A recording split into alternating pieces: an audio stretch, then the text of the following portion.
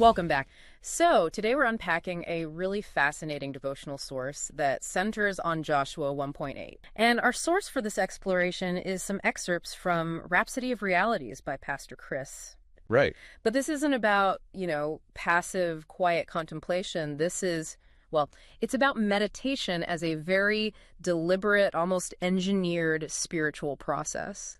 That's really our mission here, to understand how this source defines meditation as a mechanism for guaranteed success. A mechanism. Yeah, a system designed to move a concept from just a theory in your head into a tangible, manifested reality. And the source really doesn't pull any punches. It says right up front that this method is one of the most powerful principles in their entire framework. It does. But the question is how? How do you get from, say, a quiet thought to what the source calls a living force? That's the core of it. Well, what's so interesting here are the mechanics of it. The source explains that this kind of active meditation causes the word to move from your mind into your spirit. Okay, so it changes location almost. Exactly. It's no longer just information that you have. It actually transforms into this energized living force. So they break this down, right? I remember seeing there are stages. 3 distinct stages, a kind of escalation. It moves from simple information like just the raw data to revelation. Right, which they frame as divine understanding. And then, and this is the critical part, from revelation to manifestation. The end goal isn't just knowing it, it's your entire life becoming the living epitome of the word. And it's so vital to understand that this is not a passive mental exercise. The source is very clear. You can't just think your way there. No. To get from revelation to manifestation, the process absolutely requires active verbalization. You have to use your voice to energize that change. Which I think leads us to some of the more surprising parts of this. The first level. The foundation. It's defined as meditation involving muttering and talking under your breath.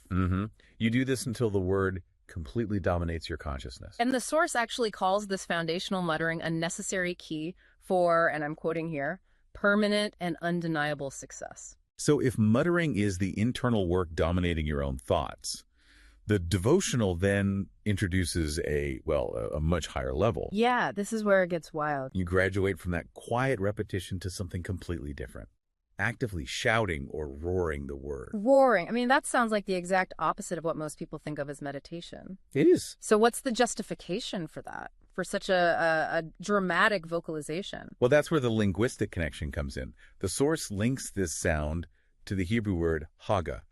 Okay. And what's really surprising is that haga doesn't just mean silent reflection.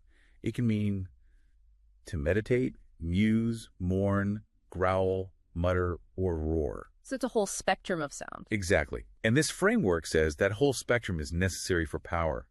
When you constantly roar the word in victory and celebration, it produces boldness, intense faith, and superior insight. Okay, so let's synthesize that. We're moving from internal muttering to this external dominant roaring. What is the broad effect on you, the listener, supposed to be? The practical effect is dominion over your circumstances. This whole process aligns your thoughts with divine will, and crucially, it synchronizes your words with that will. And the more you do it, the more the word dominates everything, your senses, your emotions, your circumstances, you start to see and speak as God does. And that, according to the source, is what makes the impossible become possible. That's a huge outcome, and it would require a ton of consistency. Oh, absolutely. The core instruction is clear. You have to set time apart every day to ponder the scriptures, speak them aloud, and, visualize their fulfillment. It's a real auditory commitment. Right. So if you connect all the dots, the power of this practice really relies on using your voice as an engine to energize your spirit. It forces these concepts out of passive thought and into an active, tangible outcome. Which leaves us with a fascinating final thought. Based on these sources, if successful meditation requires moving from quiet thought to shouting and roaring, how much does active vocal declaration influence any area of knowledge or any personal goal you're pursuing? That's your call to action. You can find more information on this source material, The Rhapsody of Realities by Pastor Chris, on their website, www.rhapsodyofrealities.org. Join us next time. We trust you were blessed by this episode.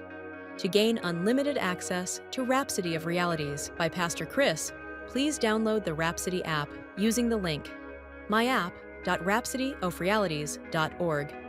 God bless you.